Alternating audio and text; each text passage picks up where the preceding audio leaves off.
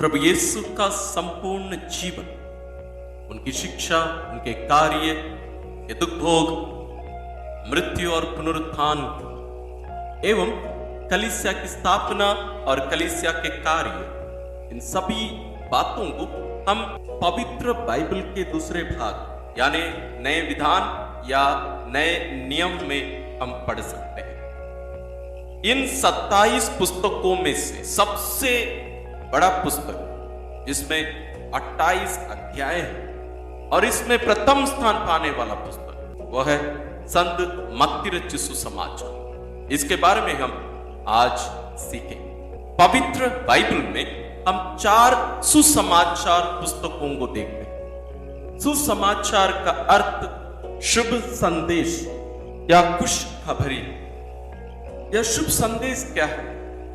इसको प्रथम 4 पुस्तक नए विधान के जो कि सुसमाचार कहलाते हैं, उनमें इनके लेखक कुछ विशेष उद्देश्य लेकर उन पाठकों के लिए लिखते हैं। आज के इस शिक्षा में हम संत मत्ती रचित सुसमाचार के बारे में सीखेंगे कि यह पुस्तक किसने लिखा, कहां लिखा गया था, कब लिखा गया था और ये किसके लिए लिखा गया था, इसका लक्ष्य या उद्देश्य क्या है लिखने का, और इस पुस्तक की संरचना या स्ट्रक्चर हम अंग्रेजी में कहते हैं, और इस पुस्तक का वास्तव में जो मुख्य संदेश है, संत मत्ती क्या बताना चाहते हैं, इन बातों पर हम मनन करेंगे। पवित्र बाइबल के विशेषज्ञ लोग चारों सुसमाचार को अलग अलग चिन्ह देते हैं। संत मत्ती के लिए पंखदार मनुष्य, संत मार्कुस के लिए पंखदार सिंह, लूकस के लिए पंखदार बैल और संत योहन के लिए गरुड़। इसका कारण क्या है, मैं केवल आज संत मत्ती के बारे में ही बताऊंगा। संत मत्ती रचित सुसमाचार के लिए पंखदार पुरुष का एक रूप दिया जाता है। क्यों? क्योंकि संत मत्ती रचित सुसमाचार प्रभु यीशु की वंशावली के साथ प्रारंभ होता है। इसके लिए एक पंखदार पुरुष का चिन्ह दिया जाता है। कभी कभी इसको एक स्वर्गदूत का रूप भी दिया जाता है, लेकिन वास्तव में वो मनुष्य का रूप है। आइए हम प्रारंभ करते हैं इस विशेष पुस्तक का, यानी संत मत्ती रचित सुसमाचार का लेखक हम जानते हैं। उस पुस्तक से ही पता चलता है कि संत मत्ती, और हम पवित्र बाइबल में पढ़ते हैं कि संत मत्ती 12 प्रेरितों में से एक थे। संत मत्ती जब 12 प्रेरितों की सूची देते हैं, वो अपना नाम मत्ती बताते हैं, लेकिन मार्कुस और लूकस इनका नाम लेवी बताते हैं। वहां मत्ती का नाम उस सूची में नहीं मिलेगा, लेकिन लेवी नाम मिलेगा। तो ये लेवी और मत्ती दोनों एक ही व्यक्ति कहा जाता है, और मत्ती नाम का अर्थ ही ईश्वर का वरदान है। यदि आप में से कोई मत्ती है या आपकी पहचान के कोई व्यक्ति इस नाम से जाने जाते हैं, तो इस बात को ध्यान में रखिए। तो मत्ती का अर्थ ईश्वर का वरदान है। और हम तीनों सुसमाचार यानी मत्ती, मार्कुस और लूकस रचित सुसमाचारों में हम संत मत्ती को एक चुंगी वसूल करने वाले एक व्यक्ति के रूप में हम पाते हैं, यानी कर वसूल करने वाला या टैक्स कलेक्टर हम कह सकते हैं अंग्रेजी में। ये वही कार्य कर रहे थे, वही काम करते थे, और वहीं से ही यीशु इन्हें बुलाए, और संत मत्ती अपना उस व्यवसाय को छोड़कर प्रभु यीशु और उनके अन्य शिष्यों के लिए मत्ती अपने घर में एक भोजन की व्यवस्था करते हैं, और उसके बाद यीशु के शिष्य बनकर यीशु के पीछे हो लेते हैं। इसके बारे में हम संत मत्ती अध्याय 9 पद संख्या 9 से 13 में और अन्य दोनों सुसमाचार में भी हम पढ़ सकते हैं। दूसरा विषय है यह पुस्तक कब लिखा गया और कहां लिखा गया। वास्तव में आज की स्थिति में अलग अलग विशेषज्ञ अलग अलग साल इसके लिए देते हैं। कुछ लोगों का मानना है कि संत मत्ती लगभग 50 या 60 के बीच में लिखा गया होगा, लेकिन अन्य लोग कहते हैं कि मार्कुस 65 और 70 के बीच में लिखा हुआ होगा, और संत मत्ती 70 के बाद में। सामान्य रूप से इसको 70 के बाद माना जाता है। ये कहां लिखा गया था, वास्तव में इसके बारे में भी कोई स्पष्ट जवाब सही में नहीं है। कुछ लोग कहते हैं ये फिलिस्तीन में ही वे लिखे, और कुछ लोग कहते हैं सीरिया या अंतियोक में लिखे होंगे। ये उतना ज्यादा महत्वपूर्ण नहीं है, फिर भी एक जानकारी के लिए हम रख लें तो अच्छा है। तो संत मत्ती अपना ये सुसमाचार किसके लिए लिखे? यदि सामान्य रूप में हम देखें तो ये यहूदियों के लिए संत मत्ती लिखते हैं। हम संत मत्ती रचित सुसमाचार को ध्यान से पढ़ेंगे तो उनका जो कारण कहना है वो हमें पता चलता है। उनमें से कुछ कारण इस प्रकार है। अन्य जितने भी पुस्तक है नए विधान, उन सभी में से ज्यादा संत मत्ती पुराने विधान के जो अन्य लेखक हैं उनके हवाला देते हुए उस व्यवस्था को पूरा होते हुए अपने सुसमाचार में लिखे। दूसरी बात है, प्रभु यीशु को इब्राहिम की संतान के रूप में प्रकट करते। मत्ती अध्याय 1 पद संख्या 1 से ही संत मत्ती इस बात को बताते हुए शुरू करते हैं। संत मत्ती ऐसे शुरू करते हैं अपने सुसमाचार को, इब्राहिम की संतान, दाऊद के पुत्र, ईसा मसीह की वंशावली। तो संत मत्ती प्रभु यीशु को इब्राहिम की संतान के रूप में प्रकट करते हुए, प्रस्तुत करते हुए लिखते हैं। ये क्यों जरूरी है?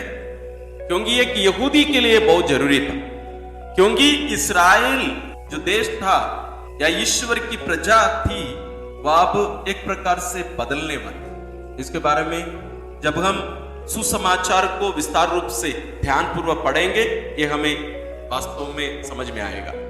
तीसरी बात है, हम संत मत्ती रचित सुसमाचार में यहूदी रीति रिवाज को हम कभी भी समझाते हुए संत मत्ती को नहीं पाएंगे। संत मत्ती जरूर यहूदी रीति रिवाजों के बारे में लिखते हैं, लेकिन उनकी व्याख्या नहीं करते, उनका वर्णन नहीं करते, उसका एक्सप्लेनेशन नहीं देते। क्यों? क्योंकि वे यहूदी लोगों के लिए लिख रहे थे।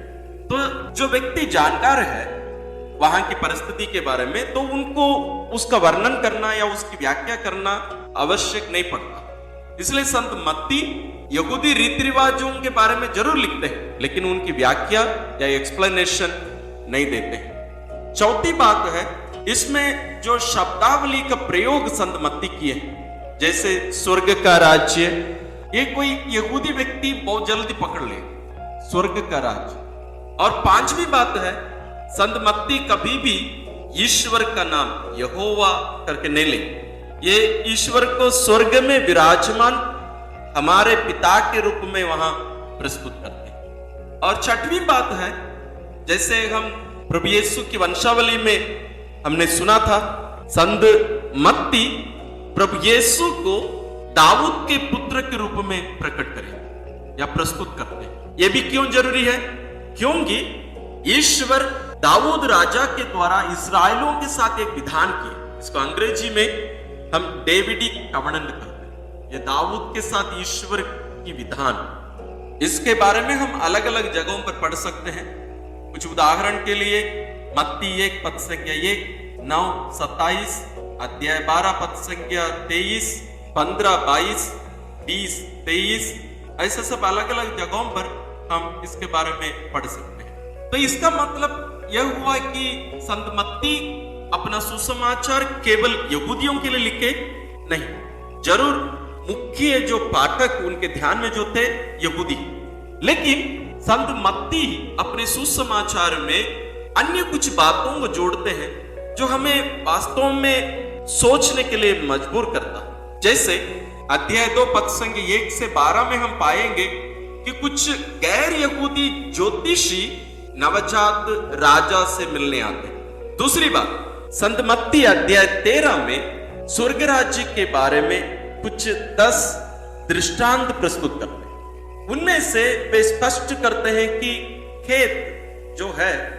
ये केवल यहूदियों का वो देश नहीं था, बल्कि सारा संसार। और तीसरी बात है, अध्याय 28 पद संख्या 18 से 20 में हम देखेंगे कि प्रभु यीशु स्वर्ग आरोहण के पहले अपने शिष्यों को आदेश देते हैं कि वे दुनिया के कोने कोने में जाकर सभी राष्ट्र के लोगों को सुसमाचार सुनाए और उन्हें शिष्य बनाए। तो जरूर संत मत्ती यहूदी विश्वासियों को या यहूदियों को अपने ध्यान में रखकर जरूर लिखे, लेकिन वहां तक वे सीमित नहीं रहे। तो संत मत्ती सभी लोगों के लिए, विशेष रूप से यहूदियों के लिए। यह बात क्यों जरूरी है समझना? वास्तव में यदि आप हर पुस्तक को, पवित्र बाइबल के हर पुस्तक को आप वास्तव में समझना चाहेंगे, तो हमें यह देखना पड़ेगा कि वो बात जो बताई जा रही है वो किन लोगों के लिए लिखी गई है। क्योंकि जब तक हम उस बात को समझेंगे नहीं, आज के परिवेश में, मेरी इस स्थिति में ईश्वर अपने वचन के द्वारा मुझसे क्या कह रहे हैं, मैं उसको नहीं समझ पाऊं। इसलिए जरूरी है। तो इस बात को ध्यान में रखकर अगली बार जब आप बाइबल पढ़ेंगे, विशेष रूप से संत मत्ती रचित सुसमाचार, इन बातों को ध्यान में रखकर पढ़िएगा। तो ये संत मत्ती रचित सुसमाचार का उद्देश्य या लक्ष्य क्या है, उनका लिखने का उद्देश्य क्या है? अभी अभी हमने देखा कि संत मत्ती विशेष रूप से यहूदियों के लिए अपना सुसमाचार लिखे, और वास्तव में उद्देश्य भी वहीं पर हमें मिलता है। वो कौन सा उद्देश्य है, कौन सा लक्ष्य है? उन्हें ये अपने साथियों को, अपने देश के भाई बहनों को बताना चाहिए था कि प्रभु यीशु मसीह ही यहूदियों का मसीहा है। इसको प्रमाणित करना था, इसको प्रूव करना था, उन्हें समझाना था कि जो पुराने विधान में जो बातें मुक्तिदाता के बारे में लिखी गई हैं, वो सब प्रभु यीशु में पूरी हो चुकी है। इसको समझाना था। तो उनका सुसमाचार पूर्ण रूप से इसी विषय के बारे में बताते रहेगा। तो संत मत्ती बार बार इसको दोहराएंगे कि जैसे पुराने विधान में लिखा गया है, उसको यहां हम देखेंगे कि पूरा होते हुए ये लगभग 9 बार पुराने विधान की कुछ भविष्यवाणियों को ले आकर यहां प्रभु यीशु में उन सभी बातों को पूरा होते हुए बताते हैं। जैसे अध्याय 1 पद संख्या 22-23, अध्याय 2 15, 17, 18 और 23 में भी, अध्याय 4 पद संख्या 14 से 16, अध्याय 8 17, 12 17 से 21, अध्याय 18 पद संख्या 35, अध्याय 27 पद संख्या 9 और 10। इसमें यदि हम ध्यान से पढ़ेंगे तो आप अपने बाइबल में भी देख सकते हैं कि इन वचनों को ब्लॉक लेटर में दिया रहे, थोड़ा सा ज्यादा मोटे अक्षरों में वहां इन वचनों को हम देख सकते हैं। और जैसे हम शुरुआत में देखे, जो पुरानी बातें या पुराने विधान जो ईश्वर हमारे विश्वास के पिता इब्राहिम या अब्राहम और राजा दाऊद के साथ किए थे, उन सभी बातों को प्रभु यीशु में पूरा होते हुए हम यहां देखते हैं। और संत मत्ती इसी बात को कहते हुए अपना सुसमाचार प्रारंभ करते हैं। तो उसका लक्ष्य वही है। इस पुस्तक की संरचना के बारे में हमें सीखना बहुत ही जरूरी है। आप सामान्य रूप से बाइबल की कुछ बातों को आप ढूंढते हैं और पाते नहीं, तो फिर हम अन्य कोई माध्यम से इसको ढूंढने की कोशिश करते हैं। तो हम कैसे इन बातों को याद रखें? तो उसके लिए चाहिए कि हमें हर पुस्तक की जो संरचना है, जो स्ट्रक्चर है, उसको थोड़ा सा समझने से शायद हम इसको जल्दी याद कर पाएंगे। अब यहां हम बाइबल में देख सकते हैं, संत मत्ती रचित सुसमाचार को हम निम्न रूप में हम बांट सकते हैं। इसकी रचना को हम देख सकते हैं, इसके स्ट्रक्चर को हम देख सकते हैं। अध्याय 1 और 2 में हम प्रभु यीशु के जन्म और उनके बाल्यावस्था को हम देख सकते हैं। अध्याय 3 और 4 हमें प्रभु यीशु मसीह के प्रकट होने के बारे में वहां बताते हैं। यानी अध्याय 2 और अध्याय 3 के बीच में एक गुप्त समय है, एक सीक्रेट समय है जो बताया नहीं गया।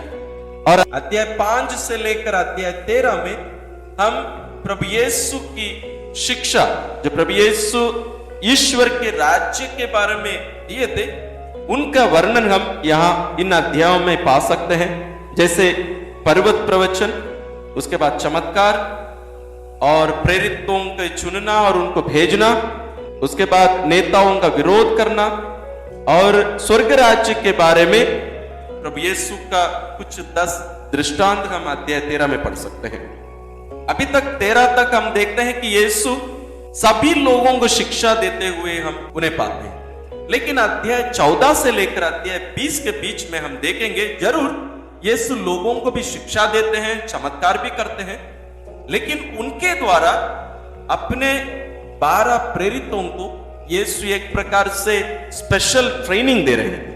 इस ट्रेनिंग के द्वारा वे अपनी कलीसिया की स्थापना के लिए उन्हें तैयार कर रहे थे।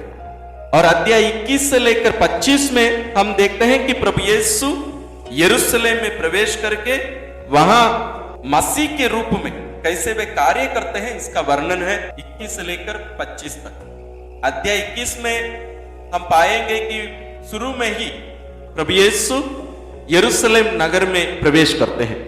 अध्याय 26 से लेकर 28 में हम प्रभु यीशु के दुखों और उनके पुनरुत्थान के बारे में हम वहां पढ़ते हैं। तो इस स्ट्रक्चर को, इस संरचना को थोड़ा सा ध्यान में रखिएगा, ताकि आप मत्ती रचित सुसमाचार में कौन सी बातें हम पाते हैं और उसको कैसे ढूंढ पाएंगे, उसको इसके द्वारा हम सरलता से उसको खोज पाएंगे। इसके साथ साथ कुछ महत्वपूर्ण बातें संत मत्ती रचित सुसमाचार की संरचना के बारे में मैं आप लोगों का ध्यान इस बात पर खींच लाना चाहूंगा कि आज जैसे पवित्र बाइबल के पुस्तकों का जो अध्याय और पद संख्या बताया गया है, वैसे शुरुआती दिनों में नहीं, ये बहुत साल बाद में ही ये सब किया गया था। इसके बारे में इसके पहले कुछ वीडियोस में हम सीखे हैं, उनका लिंक्स हम डिस्क्रिप्शन में दे रहे हैं, आप उनको जरूर देखिए और इन बातों को समझिएगा।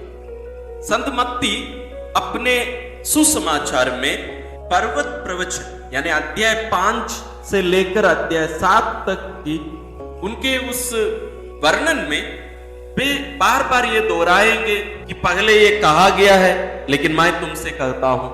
यानी यीशु यहां आकर एक नई शिक्षा लोगों के सामने प्रस्तुत करते हैं। हम पुराने विधान में मूसा को देखते हैं कि वे आदेश देते, ईश्वर की आज्ञाएं मूसा द्वारा लोगों को मिली थी, लेकिन यहां नए विधान की आज्ञाएं दूसरा मूसा यानी स्वयं प्रभु यीशु के द्वारा लोगों को दी जाती। तो संत मत्ती प्रभु यीशु को इस नए विधान की मूसा के रूप में प्रस्तुत भी करते हैं, क्योंकि पुराने विधान में हम पाएंगे कि मूसा एक सेंट्रल फिगर है। उनके द्वारा ही ईश्वर इस्राएलियों को मिस्र देश की गुलामी से बचाकर मरुभूमि होकर प्रतिज्ञा देश लेके आए। और हम जानते हैं वो एक पूर्वाभास है, प्रीफिगरेशन, जो नए विधान में वो पूरा होते हुए हमें दिखाई देगा। वो कैसे? इस दुनिया रूपी इस मिस्र देश में जो हम यहां दासों के रूप में पड़े हुए हैं, पापों में फंसकर, यहां पिता ईश्वर अपने पुत्र को मूसा जैसे एक नबी के रूप में, एक मुक्तिदाता के रूप में यहां भेजते हैं और प्रभु यीशु हमें यहां से छुड़ाकर प्रतिज्ञा देश यानी स्वर्ग राज्य की ओर हमें ले जाते हैं। इस बात को हमें ध्यान में रखने की जरूरत है। और एक बहुत सुंदर सी बात, मुझे पता नहीं आप इसके बारे में कहीं सुने हो या नहीं, संत मत्ती रचित सुसमाचार में हम प्रभु यीशु की शिक्षा को 5 खंड में पाते हैं। इसको अंग्रेजी में डिस्कोर्सेस कहा जाता है, इसको हम लंबे प्रवचन कह सकते हैं। ये 5 खंड में क्यों संत मत्ती इसको रखते हैं? उनके बीच बीच में कुछ घटनाओं को, कुछ चमत्कार को और अन्य कुछ बातों को उनके बीच में संत मत्ती वर्णन करते हैं। इसका कारण क्या है? आपको मालूम होगा, पवित्र बाइबल के प्रथम 5 पुस्तक यानी 5 ग्रंथ के लेखक के रूप में नबी मूसा को देखा जाता है। तो ये यहूदियों का विश्वास है कि मूसा ही 5 ग्रंथों का लेखक। तो संत मत्ती यहां इस नए विधान के नए मूसा को ऐसे 5 ग्रंथ के मूल स्रोत के रूप में, लेखक के रूप में भी, यहां लेखक तो नहीं कहना चाहिए, उसके मूल स्रोत के रूप में यहां प्रकट करते हैं। कैसे? लिख के रखिएगा, अध्याय 5 से लेकर 7 यानी 5, 6, 7 ये पूरा प्रवचन। इन अध्यायों में आप कोई भी अन्य घटना को नहीं पाएंगे, ना तो कोई चंगाई होगी, ना अन्य कोई घटना होगी। दूसरा है अध्याय 10, मतलब 8-9, इन दोनों में हम कुछ चमत्कार, कुछ घटनाओं को हम वहां पाए। और इसके बाद तीसरा खंड है अध्याय 13, मतलब 11 और 12 में हम कुछ अन्य घटनाओं को पाए। कोई शिक्षा वहां पूर्ण रूप से नहीं मिलेगी। और फिर चौथा खंड है अध्याय 18, मतलब अध्याय 13 में प्रभु यीशु कुछ 10 दृष्टांतों, स्वर्ग राज्य के बारे में 10 दृष्टांतों को वहां प्रकट करते हैं या बताते हैं। उसके बाद 14, 15, 16, 17 ऐसे 4 अध्याय केवल घटनाओं से भरा हुआ, चमत्कारों से भरा हुआ। फिर अध्याय 24 और 25, ये 5वां खंड, मतलब 19, 20, 21, 22, 23 ऐसे 5 अध्याय हैं जिनमें हम घटनाओं को ही देखेंगे। मतलब वहां ज्यादा शिक्षा यीशु ऐसे देंगे नहीं, प्रवचन के रूप में वहां हमें नहीं मिलेगा। तो ऐसे 5 खंड में संत मत्ती प्रभु यीशु की शिक्षा को रखते हैं। क्यों? क्योंकि उनका उद्देश्य प्रभु यीशु के इस नए विधान के मूसा के रूप में प्रकट करना भी था। और हर खंड में, ये जो 5 खंड हम बता रहे थे, देख रहे थे, इनके हर खंड के समापन में एक विशेष शिक्षा वहां प्रभु यीशु देंगे। उसको भी ध्यान से आप पढ़ेंगे तो आपको मालूम हो जाएगा। ये कहां हम पाएंगे, यदि आप चाहेंगे तो लिख के रखिएगा।